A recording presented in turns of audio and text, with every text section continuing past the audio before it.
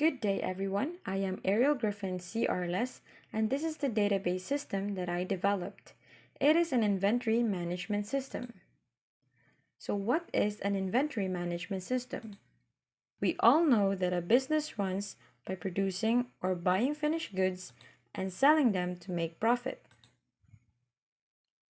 And this means that products come and goes out of the company, and at some point these products are stored at a warehouse or a store until it is bought.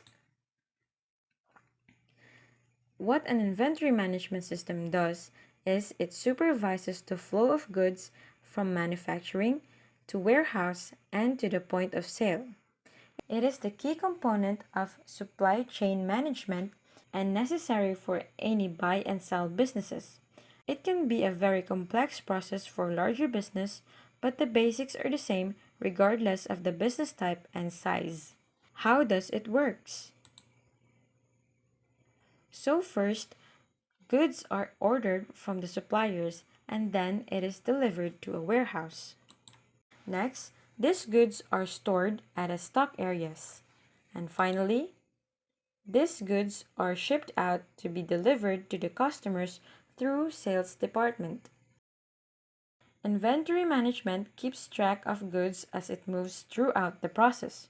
The benefit of having inventory management is that since it tracks the quantity of products, you will be able to tell which product are overstocked and understocked. And with this, you will no longer worry about making wrong expenses by restocking the wrong products.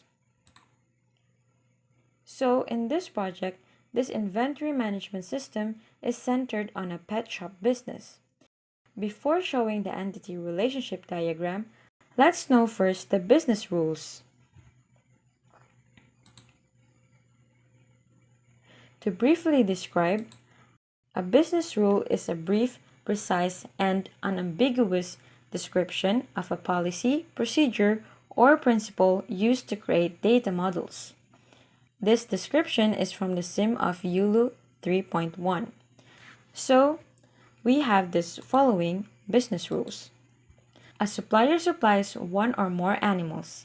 An animal is supplied by one or more supplier. Each customer can purchase one or more animals, and an animal can be purchased by one or more customers.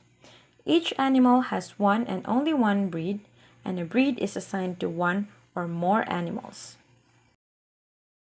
In our ERD, we have three main entities: the supplier, the animal is the product, and the customer. So since the relationship of the animal to the supplier and the customer is a many-to-many cardinality, we are going to insert associative entities.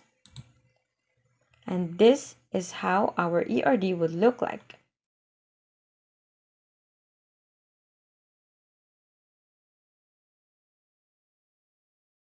So our ERD would now look like this. We inserted associative entities, which are the supplies and purchase. So if we look at these entities, the supplier holds all the information about the supplier. The animal holds all the information about the animals, and so as the customer and the breed. So the supply and purchase holds all the information of every transaction. For example, when the supplier supplies an animal or when the customer buys an animal. Now, let's take a look at the attributes of each table. These attributes should be in the third normal form, which means that there should be no multi-valued fields. The primary key should only be in a single column and there should be no transitive functional dependencies. So the supplier has a primary key of supplier ID, a name, and an address. The same as the customer, which has the ID as a primary key. The supplies has a primary key of transaction ID. It has a foreign key of supply ID and animal ID. It has a quantity and a date. Same as the purchase entity, except that instead of a supplier ID, it has a customer ID. The animal has the ID as a primary key. It has a name, a foreign key of breed ID, base color, gender, age, and stock. We changed the breed attribute into breed ID and made a different entity for animal breeds, which which is why breed ID is a foreign key of the animal entity. Now we take a look at the relationship between the entities. Based on the business rules earlier, a supplier supplies one or more animals, and an animal is supplied by one or more suppliers. As we can see, it is a many-to-many relationship. Thus, we add an associative entity, which is the supplies table. Same goes as the relationship between the animal and the customer. We inserted an associative table, which is the purchase entity. Now, the relationship between the animal and the breed table. An animal has one and only one breed. Crossbreed and hybrids are considered as another breed value, and not a combination of the two breed values. A breed is assigned to one or more animals. As you have noticed, all the foreign keys are at the many side of the relationship.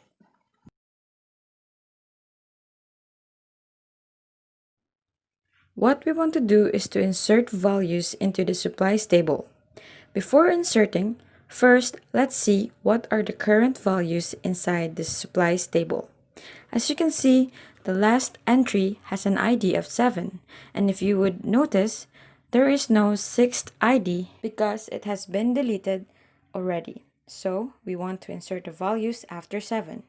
To do that, we will use the insert into clause and the table you want to insert values, and then the columns you want to insert the values into, then the corresponding values you want to insert, and in our case, we will insert 5 as SID and 3 as AID and 5 as quantity, and December 20 as date. Now, we successfully inserted a value in this table, and let's check the supplies table again, and there you can see that the values are inputted.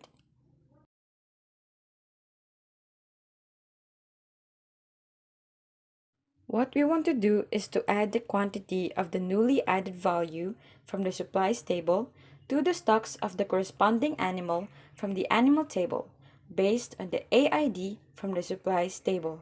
To do that, we will use the update clause, then the table you want to update, and then the column you want to update, which is the stock, then select quantity from supplies inner join animal.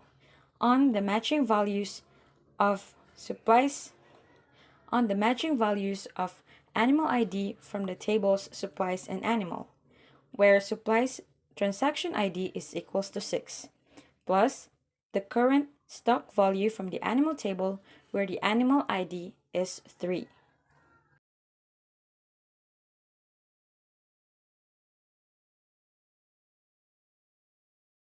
And now you can see that the stock value of animal 3 is changed into 10.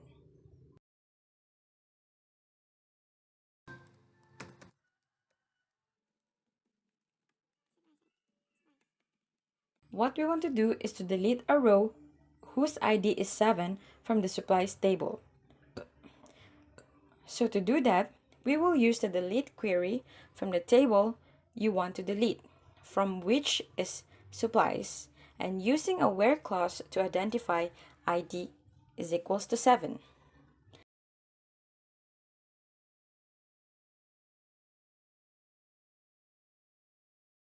And as you can see, after the query, all the information of ID 7 is deleted.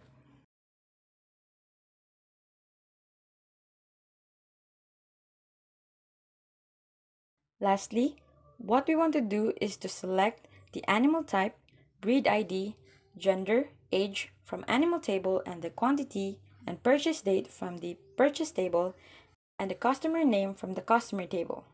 To do that, we use the select clause and write down all the columns you want to get from all the tables, from the inner join of purchase and animal through the matching values of animal ID, and the inner join of purchase and customer through matching values of customer ID from the purchase and customer table. Then hit enter, and we have our result, which is all the columns we want to get from the 3 tables mentioned above.